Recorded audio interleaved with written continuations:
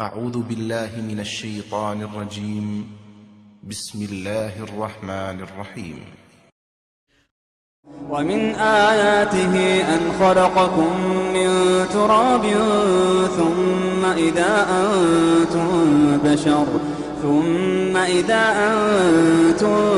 بشر تنتشرون ومن آياته أن خلق لكم من أنفسكم أزواجا لتسكنوا إليها وجعل بينكم مودة ورحمة إن في ذلك لآيات لقوم يتفكرون يا أيها الناس اتقوا ربكم الذي خلقكم من نفس واحدة وخلق منها زوجها وبث منهما رجالا كثيرا ونساء واتقوا الله الذي تساءلون به والأرحام إن الله كان عليكم رقيبا. See, our minds have become messed up and they're now filled with pollution. TV screens and magazines, we're beginning to look for a solution. Plastic surgery, diets and pills, but still not seeing any form of improvement. We've stacked up all these dollar bills, but still not sure what to do with them. We began to chase women and fornication to the point our girls don't even know whose baby she's carrying. We're so afraid of commitment, but have no problem with damaging. She has your kids now, but you're still not even contemplating the possibility of marrying. See, this is what happens when we neglected Allah's best examples. You called her Mary, we call her Maryam. A woman who was perfect since birth, the best to walk the skies and the best to walk the surfaces of earth.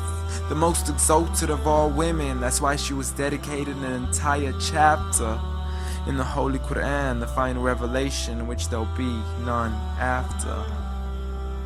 She was the best of all women, and to society she should be leading the way. I mean, that's why our women be dressing like her, because just like Mary, when Allah decrees something, we hear and we obey.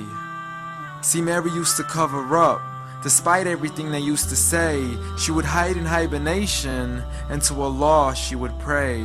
And when she was visited by angels in the form of men, she said if you fear Allah, you would go away, because in the presence of men, she would not stay.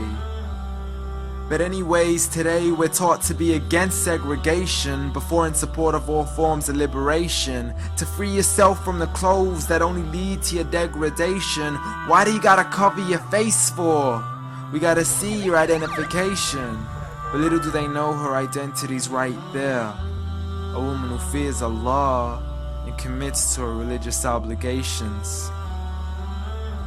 See, I respect all women too, because that's what my religion teaches. To lower your gaze when you're walking, there's no need to check out every second woman's features. There's no need to even shake another woman's hand, because in reality, there's only one reason why a guy would be pleased to meet you. And you could go ahead and deny it, but don't blame me for stating the obvious. When the pornographic industry is worth billions, you still don't see where the problem is? Sex is embedded into society to the point we'll exploit it to merely sell a car. So you can act like this is all new to you, but you know for a fact how innocent we really are. I mean, just look at the simplistic way we're taught to dress. It's like if you dress less, then you're destined for success. You then force your women into heels and have the nerve to say that we oppress. You got it to dress up tightly, like it's an opportunity. But every time we lose our minds, it's like, see what these ladies do to me? But I'm not blaming it on the women, because we too have responsibility.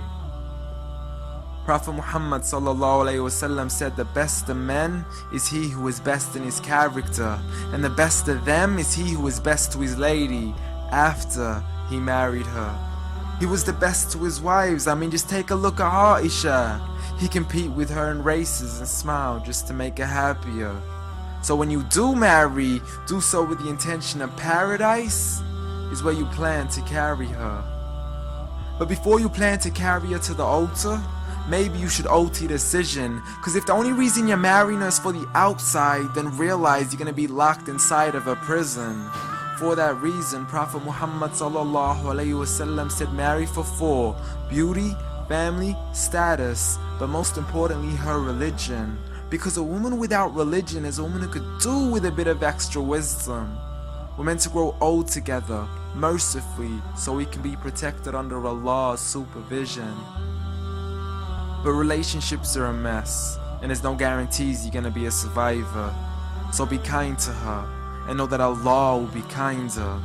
Be a man who stands in front, but also a man who can stand beside her. And if you're still looking for that good girl, don't go chasing after behind her. Rather search to find Allah first, for once you find Him, you're guaranteed to find her.